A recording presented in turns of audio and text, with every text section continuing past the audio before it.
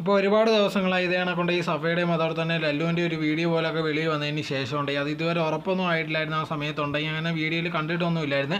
പക്ഷെ അങ്ങനെ ഇരിക്കുന്ന സമയത്തുണ്ടെങ്കിൽ ഒരുപാട് പേര് പറഞ്ഞൊരു കാര്യം, എന്തുകൊണ്ടാണ് ലല്ലുവും അതോടെ തന്നെ സഫയുണ്ടെങ്കിൽ ഇതിനെതിരെ റിയാക്ട് ചെയ്യാത്തതെന്നുള്ള രീതിയിലൊക്കെ.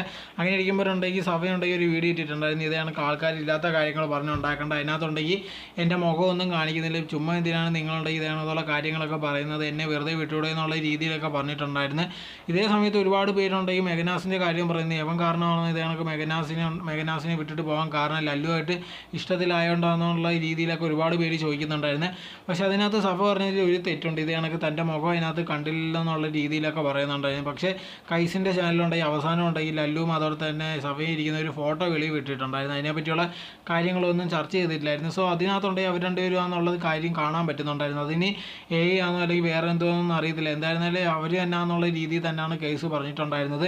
എന്തായാലും ഇന്ന് മറുപടി എന്നുള്ള രീതിയിൽ സഫയും അതോടെ തന്നെ ലല്ലു ഒരു കാര്യങ്ങളും പറഞ്ഞിട്ടില്ല. പിന്നെ ഉണ്ടെങ്കിൽ ഇതിനെപ്പറ്റിയുള്ള കാര്യങ്ങൾ ഒരുപാട് പേര് ചർച്ച ചെയ്യുന്നുണ്ട്. പക്ഷേ അതിനെപ്പറ്റിയുള്ള ഒരു മറുപടി ആയിട്ടുണ്ടെങ്കിൽ ഇവർ രണ്ടുപേരും ഇതുവരെ രംഗത്ത് വന്നിട്ടില്ല.